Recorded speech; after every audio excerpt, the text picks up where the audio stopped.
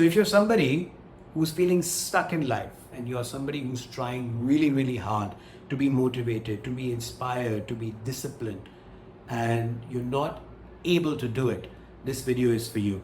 And the reason I came up with this idea today is because I just got out of our mastermind meeting. So we have a amazing thing called the Greater Man.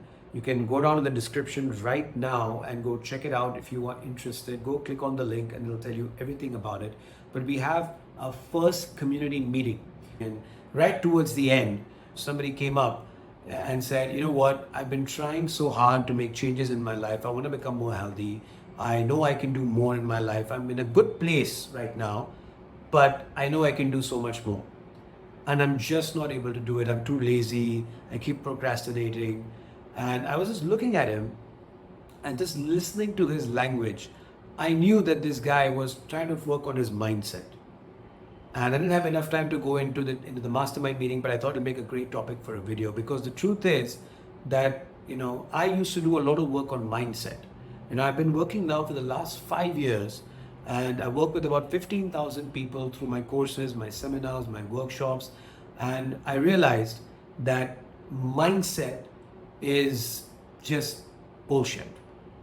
I've become very anti-mindset, even though I used to do mindset related work for the last 5 years. See, the problem doesn't lie in your brain. It doesn't lie in your knowledge or the right strategy or the right plan. The problem is, and this was the same thing when I asked the guy in the meeting today, the problem is that you don't feel like doing what you know you have to do. That's the problem. So if you don't feel like doing the thing that you have to do, you've got two options, right? In the current paradigm that we have right now, if you only focused on the brain, either you're going to listen to your heart and say, you know what, I'm not going to do nothing, and then you call yourself lazy because you're not doing anything, or you try to get your brain to enforce its will on the heart, and you say, I'm going to get more disciplined, I'm going to get more motivated, and I'm going to do something.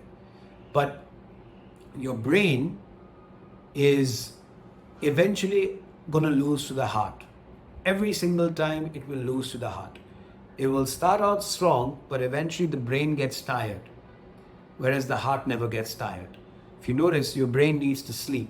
Your heart keeps beating always. There's a nervous system in your head. There's a nervous system in your heart, and there's also a nervous system in your gut. And when people talk about changing their mindset, doing these affirmations and all this stuff, it just works on one part, one nervous system. So imagine now that you're trying to do something and you're fighting against yourself in doing it. It's never going to work. And so when I hear people say things like, I'm trying to do something, I'm trying and it's not working, I'm trying, I'm in the process of, this kind of language, I know that it's all in the head, that they're trying, but the heart is not in it, and they'll never be successful. So what do you do in a situation like this? Now I realized that in order for me to create that positive alignment in my nervous system, what I needed to do was think about what I wanted. And with that thought, I would have a vision of what it would be like once it was at its final stage. So for example, this year I want to 5x my business. Now I would think about, okay, what is it that it will look like to reach that goal, right? Or what would it look like? What would it feel like? Who would be around me? What would happen? What would I be like? And I would keep that vision in my mind as if I was experiencing it right now. I would immerse myself in it. And I would give myself enough time to feel it. And so for a lot of people, this is really, really tough. It's really, really difficult to do, because this is a muscle that for most people we don't exercise, right? But if you think about it, if you look at anything in the world right now, let's say a building or an invention, just think about it. The way it's made is that first we actually imagine it in its state of completion. If you look at the iPhone, if you look at the Mac, if you look at a building, you'll always know that there's a designing that has been done in detail of the finished product before it's even gone into manufacturing, before the first model has ever been made.